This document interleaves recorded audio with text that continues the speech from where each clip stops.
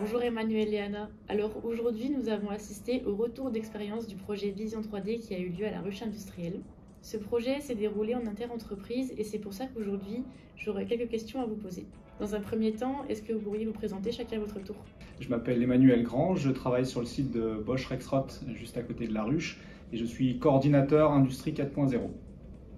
Bonjour Maëlle, Anna Martins, ingénieure en automatisme, société Bosch Rexroth. Alors, pour commencer cette interview, j'aimerais vous poser la question, quel était le problème que vous souhaitiez adresser via le projet Vision 3D à la Ruche Industrielle? Et pourquoi le réaliser à la Ruche en inter-entreprise? Alors en fait, on a participé à un premier projet Vision 2D, on a testé des cas d'usage plutôt en qualité, et on s'est aperçu que la Vision 2D avait certaines limites, et notamment pour des cas de dévraquage où on n'avait pas de solution aujourd'hui clé en main pour nos cas d'usage. Donc là, notamment pour approvisionner des stations d'assemblage. Et donc il nous a apparu intéressant de comprendre un petit peu mieux comment fonctionnait la technologie 3D, parce qu'on avait vu des applications, mais on ne savait pas forcément comment ça fonctionnait et comment les mettre en place. Et là, tout l'intérêt de travailler avec la Ruche, c'est d'avoir ce réseau inter-entreprise, ce réseau de collègues, de pairs avec qui on peut échanger, et également le réseau de partenaires qui est incomparable, avec un accès commun à des partenaires communs entre toutes les sociétés de la Ruche. Et donc, au sein de ce projet, qu'avez-vous été amené à réaliser? Après la décision d'ouvrir le projet de Vision 3D, les différents industriels se réunissent à la Ruche Industrielle 2 fois par mois, une demi-journée. Et d'abord, on apporte nos cas d'usage qui on souhaite tester les différentes technologies de Vision 3D pour voir si ça répond à nos besoins. Et à l'aide d'un chef de projet, on a aussi une première phase d'acculturation technique.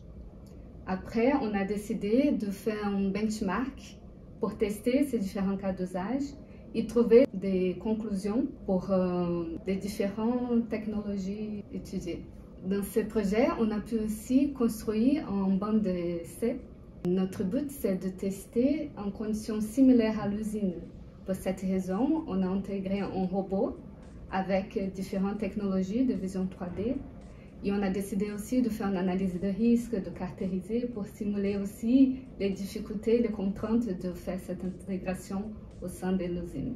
À la fin, on a pu conclure et tester quel type de vision et quelles difficultés on a trouvé pour chaque cas d'usage typique. Et on a construit un benchmark qui est diffusé pour tous les adhérents de la Ruche Industrielle. Oui, et pour rajouter, je pense que le point sur le fait de tester les solutions en conditions réelles, c'est vraiment l'apport supplémentaire de la Ruche par rapport à d'autres façons de procéder ou d'aller directement chez un fournisseur. Là, on se met vraiment en conditions réelles et on sait que si ça marche ici, ça doit pouvoir marcher chez nous. Et si on a des problèmes ici, on aura aussi des problèmes dans l'installation sur nos sites. Et donc aujourd'hui, d'un point de vue industriel, où en êtes-vous et quels sont les déploiements que vous pourriez envisager? Alors, d'un point de vue industriel, donc on a en cours de mise en place une installation avec l'utilisation de stéréovision pour du dévraquage de composants donc sur nos lignes de distributeurs hydrauliques et électro-hydrauliques. Donc ça va arriver d'ici la fin de l'année 2023. On avait identifié également un cas d'usage pour du bouchonnage avec des bouchons plastiques. Et finalement, alors, par l'intermédiaire de ce projet aussi, on s'est aperçu que la 3D pouvait répondre à ce besoin, mais qu'elle était peut-être trop complexe par rapport à notre besoin. Et finalement, on va s'orienter vers d'autres technologies, on va dire plus simples. Donc on a déjà ces 2 cas. Et puis, il y a un troisième potentiel. Comment on va automatiser nos lignes de production? On a vu qu'utiliser le dévraquage pour l'approvisionnement des lignes, c'est une nécessité. Et grâce à la Ruche, on a pu conclure que ça, ce n'est pas notre verrou technologique. On a déjà ces conclusions qui c'est faisable. Et on cherche à combler des autres problématiques pour mettre en place l'automatisation des lignes. Super, merci beaucoup pour ces réponses. Et donc, en conclusion, quelles sont vos convictions sur la vision 3D? On a vu que grâce à la vision 3D, on s'affranchit de certaines problématiques qu'on avait avec la vision 2D. Par exemple, la lumière, c'était toujours critique avec la vision 3D et c'est très robuste avec le système 3D. Et quand on a aussi cette notion de profondeur, il faut absolument avoir cette vision 3D.